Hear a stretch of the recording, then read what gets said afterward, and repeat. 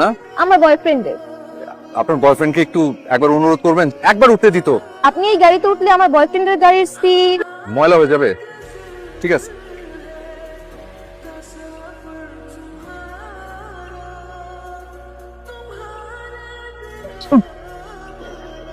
I am really sorry. আসলে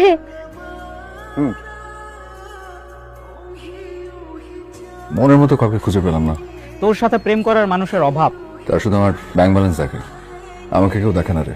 তুই হচ্ছিস একটা চলন্ত এটিএম কার্ড। কেউ না কেউ তো আছে যে টাকা না মানুষ খোঁজে। যদি আমার কিচ্ছু না থাকে তারপরও কখনো আমাকে ছেড়ে যাবে না। এই যুগে এমন মেয়ে পাওয়া ভাগ্যের ব্যাপার। এমন কাউকে খুঁজে পেতাম যে বড়লোকদের দু চোখে দেখতে পারে না। ভার্সিটির ওই ডেঞ্জারাস মেয়েটার কথা মাথায় আসলো। তাহলে আমি এটাই চাই।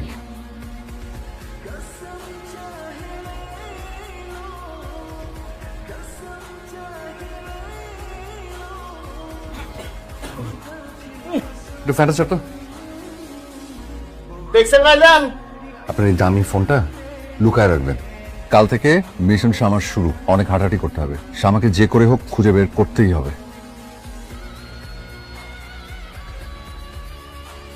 করছিস কেন? আমার পা শেষ চিটাগাংয়ের। এই মাথা থেকে ওই মাথা পর্যন্ত চষে ফেলেছি। চল আজকে আমরা চিলেকোঠায় ফিরে যাই, কালকে আবার দেখবো। চল না মাসাজ পার্লারে যাই। তুই দেখতে পাচ্ছিস যে আমার বুকটা কষ্টে ভেঙে যাচ্ছে।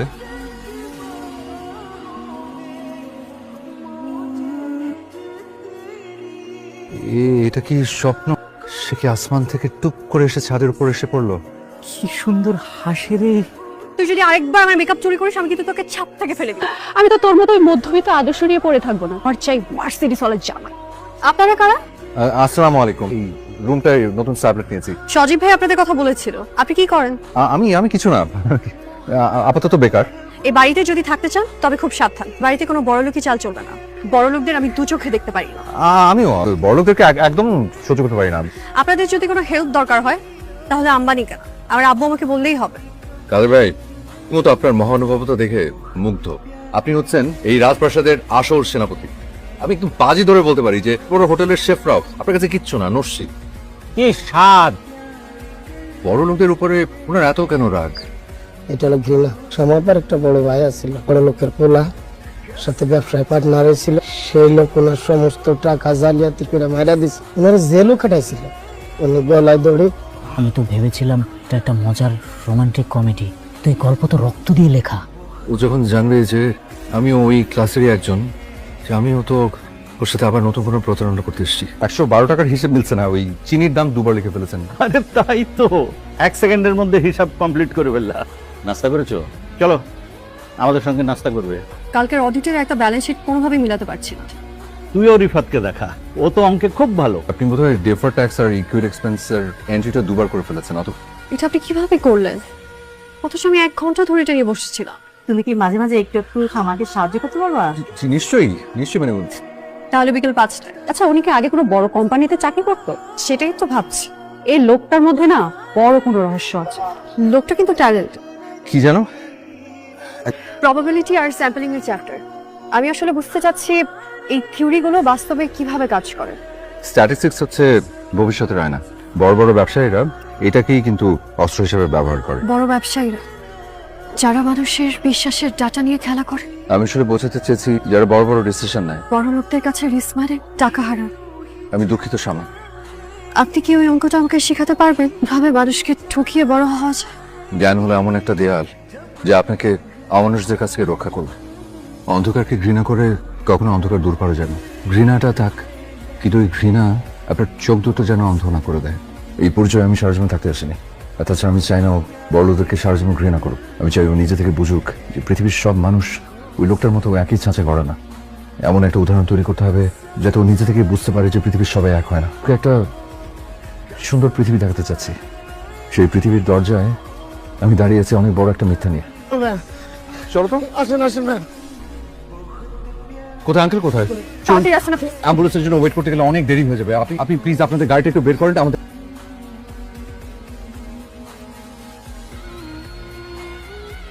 রিফাত ভাইয়া তো পাওয়ার কোথায় পেলো? আঙ্কেল কিভাবে কাঁধে তুলে নিলেন, আবার গাড়িও চালিয়ে নিয়ে আসলেন। চেহারা দেখেই কি তার আসল পরিচয় বোঝা যায়? বুঝতে পারছি না কি বলা উচিত। এবার আপনি বাসায় যান। ক্লান্ত দেখাচ্ছে আপনাকে অনেক। আপনি একা? আমি সামনে দিব। অনেক ধন্যবাদ আপনাকে। তোরা সুপারম্যান হয়ে গেলি।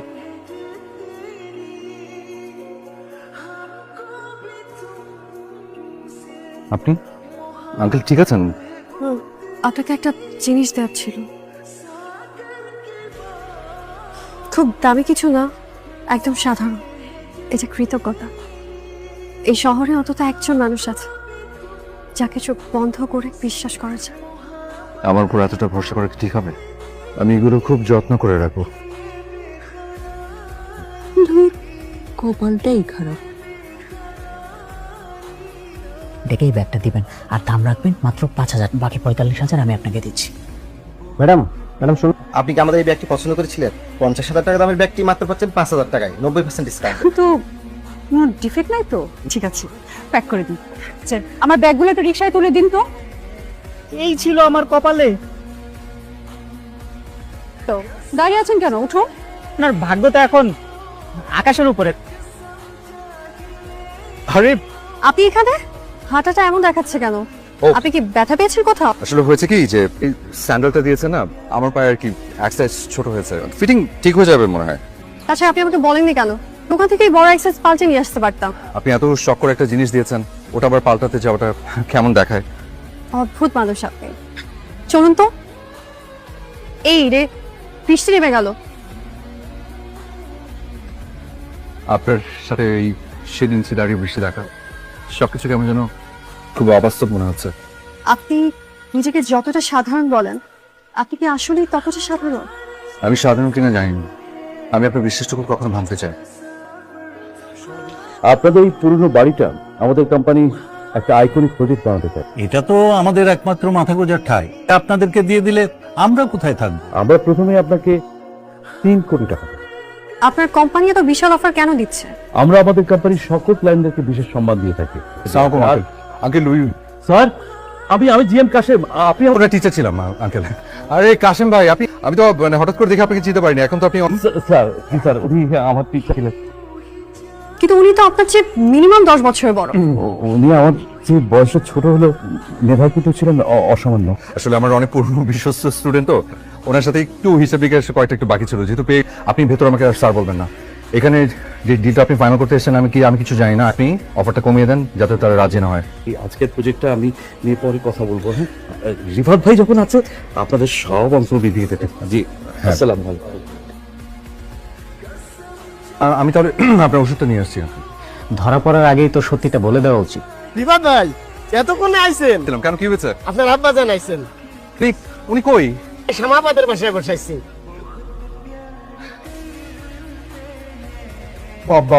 মা, তোর মা তোর নিয়ে খুব দুশ্চিন্তা করছিল। তোমার বাবা কিন্তু খুব মজার মানুষ। কি বিরল দৃশ্য। আমার ছেলেটার মুখে হাসি দেখার জন্য দিনের পর দিন, মাসের পর মাস কষ্ট করি। তালি দেওয়া সাত পরে অফিসে গেছি।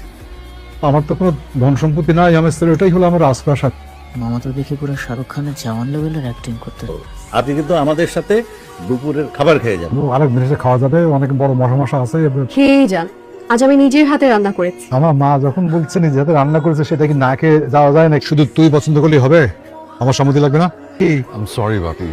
মেয়েটা আসলেই রত্ন। শ্যামা এবং তার পরিবারকে আমার খুব পছন্দ হয়েছে। তো প্রাসাদের ভিত যদি বাড়ির উপর তৈরি হয়, সেটাকে খুব বেশি দিন টেকে ওই ভুল পথে হাঁটছে। বাপি, আমি আমাকে সবকিছু বলবো। মানুষ ভুলকে ক্ষমা করতে পারে, কিন্তু ধোকাকে কোনোদিন ক্ষমা করে। সবকিছু ঠিক করে ওই রত্নটাকে জয় করে তবে বাড়ি করবে। হার্টবিট স্বাভাবিক করার ওষুধ। আজকে কি কোনো বিশেষ দিন? আমি খুব সাধারণ একটা ছেলে, কিন্তু আমি তোমাকে অসম্ভব পছন্দ করি। একবার আমার কথা ভেবে দেখবে? তুমি না আসলে গাধা। টাকা থাকলে কোটিপতি হওয়া যায় না, সুন্দর একটা মন নাই। কনা, তোমার সাহস তো বন্ধ না? তুমি আমার মেয়েকে ফুল দাও? কে তুমি? তুমি সিম্পল মেসে থাকা একটা ছেলে, চাল চুলার কোনো কিক নাই। নিজের চেহারাটা কোনোদিন আয়নায় দেখেছো? আমার বাবার কাছে গিয়ে তোমার নামে কমপ্লেইন করবো। যদি তোমাদেরকে ঘাট ধাক্কা দিয়ে ঘর থেকে বের করে না দেয়, আমরা এই বাড়ি থেকে চলে যাবো। দাঁড়ান আন্টি, অনেক তো বললেন, এবার না হয় একটু শুনে যান। আপনি যাদেরকে মেসের সাধারণ ডাল খাওয়ার মাস্টার ভেবে দূর করে তাড়িয়ে দিতে চাচ্ছেন, তারা এই দেশের টপ ক্লাস 1%-দের এক, Arsalan Rifat, legacy group of ইন্ডাস্ট্রিজের একমাত্র উত্তরাধিকার। আর আমি নাফিজ ইকবাল ভিকি ইউনিয়ন বাংলা ব্যাংকের মালিক রেদওয়ান ইকবালের ছেলে। আমরা কোনো টাউট পাট্টা নাই। শামা তো বড় লোকদের দুই চোখে দেখতে পারে না, ওর মতো ছেলে। শ্যামা আপনি তখন যাচ্ছেন, মেস ছেড়ে কবে যাচ্ছেন সেটা জিজ্ঞেস করছি। আর আপনার এই দারিদ্রতার নাটক তো শেষ। মির্জা আরসালান রিফাত, কি বলছেন? আমি আসলে সব জেনে গেছি আমি। আপনি আমাদের বিশ্বাস নিয়ে খেলেছিলেন রিফাত। কোনো বিশ্বাস রেখে নেই আমি। আপনি বড় লোকদের পছন্দ করেন না তাই ঠকাতে এসেছিলেন। না, আমি বলছি আপনার আসল উদ্দেশ্য কি ছিল? আমাদের এই বাড়িটা লেগেসি গ্রুপ এখানে লাক্সারি অ্যাপার্টমেন্ট বানাবে ছিল। না শ্যামা প্লিজ, আমি সবাই কিচ্ছু জানতাম না। বড়লোকের ছেলে আমাদের চিলেকোঠায় এসে ওঠা কোইন্সিডেন্স। আপনার বাবার গরিব সাজা কোইন্সিডেন্স। আসলে আপনারা এমনই বিশ্বাসঘাতক। আপনাদের মতো অমানুষদের জন্যই আমার সহজ সরল ভাইটা তার জীবন শেষ করে দিয়েছে। মানুষের সরলতার সুযোগ দিয়ে টাকা কাম। কত টাকা লাগে আপনাদের? আমি তোমাকে যথেষ্ট। এই মুহূর্তে আমাদের বাড়ি থেকে বের হয়ে যান, নাহলে আমি আমার ভাইয়ের মতো নিজে নিজে জীবন শেষ করে দিই। চলে যাচ্ছি, আপনার সামনে আর কখন আসবো না।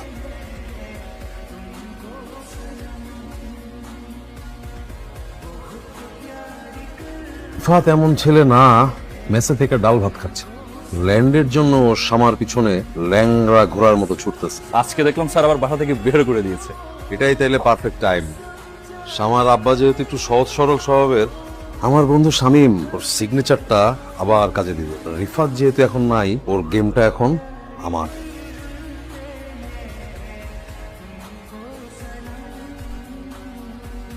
সালাম আঙ্কেল। তোমার এত বড় সাহস? কোন সাহসে আমার বাড়িতে এসছো? এই পুরনো কাসুন্দি ঘাইটা কি লাভ বলেন তো? আপনার ছেলে ব্যবসা বোঝে নাই, লস করছে, এই দায় তো আমি সারা জীবন টেনে বেড়াতে পারবো না। পারবো? নিজেকে শেষ করেনি, তুমি তাকে খুন করেছো। এই মুহূর্তে আমার বাড়ি থেকে বেরিয়ে যাও, বেরিয়ে যাও আমার। আপনার বাড়ি থেকে? এই বাড়িটাকে আসলে আপনার আঙ্কেল? শামীম নিজ হাতে সাইন করে আমার কাছ থেকে টাকা নিয়ে দলিলটা মর্গেজ করে গেছিল। দুদিন আপনাদেরকে কিছু বলি নাই, দয়া করে থাকতে দিচ্ছিলাম। লেগেসি গ্রুপের রিফাতের কাছে বিক্রি করা নিয়ে একটা নাটক করতেছেন। আমার ছেলে মরার আগে কোনো দলিলে সই করেনি, তুমি নকল সই করেছো। এটা আপনার হাতে 48 ঘন্টা সময় আছে, আপনি এই বাড়ি ছেড়ে চলে যাবেন। না হয় মানে 8 কোটি টাকা পুরোটা দিতে হবে ক্যাশ। বাড়িতে থাকার একটা রাস্তা আছে, হয়েছে কি আমার সেকেন্ড ডিভোর্সটা হয়ে যাওয়ার পর থেকে আমি অনেক একা হয়ে গেছি। আপনি যদি আপনার মেয়ে শামাকে আমার হাতে তুলে দেন, আমি নিজ হাতে এই দলিল ছিঁড়ে আগুনে পুড়ায় ফেলাবো। আপনার ছেলের কাছে আমি যা টাকা পয়সা পাই সব আমি মাফ করে দিব। আমি রাস্তায় থাকবো, তবু তোর মতো পশুর হাতে আমার মেয়ে তুলে দেবো না। আমি শুধু তোমাকে চাই। এই বুড়া বয়সে তোমার বাবা মা রাস্তায় নামবে? চরিত্র আর খুনিকে বিয়ে করার চাইতে রাস্তায় বসে ভিক্ষে করাটা অনেক বেশি সম্মানী। এদের এত জিত ভালো না আঙ্কেল। 48 ঘন্টা সময় দিচ্ছি আপনাদেরকে। আপনি আসার আগে আমি আপনাকে জেলের ভাত খাও।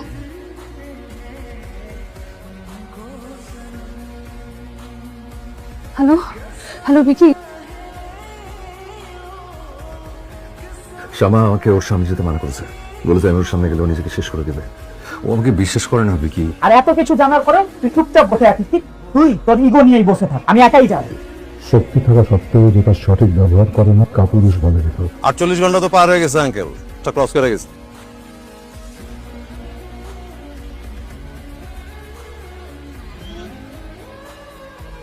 সাহস থাকলে আর এক পা আগায় দেখা। কয়টাকে যদি জেলে না ভরছি তাহলে আমার নাম ভিকি না। এটা কি রে?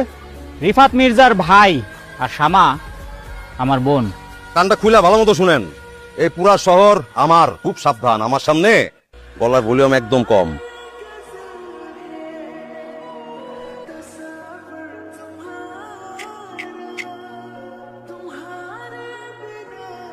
মির্জা সাহেবও চলে আসছেন দেখতেছি। আপনি আবার আপা পুরাইতে হেনে আসছেন না? হ্যাঁ, তুই কি পাগল? তুই একা আসছিস কেন? পুলিশ নিয়ে আসছিস না? তো ভেবেছিলাম একা এসে সব সামাল দিয়ে কোনার কোনার মাকে ইমপ্রেস করে ফেলবো। আমিও শ্যামাকে ইমপ্রেস করার জন্য একাই আসছি। গল্প গুজব করলে আপনার অফিসে গিয়া করেন, তখন আলাপালা চলা চলবো না। যান বেরন।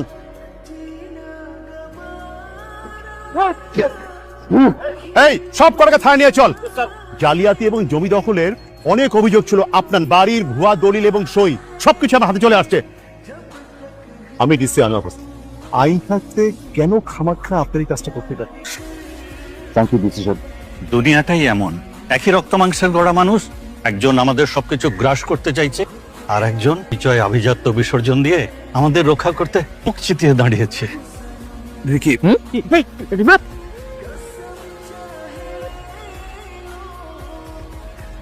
ভিকি ভাই, ডক্টর কি বলো? আরে আমি আসলে আপনার একটা টেস্ট নিচ্ছি, আপনি অসুস্থতা নিয়ে নাটক করছিলেন। আপনাদের সবার লজ্জা হওয়া উচিত। শুনুন আরে শামা,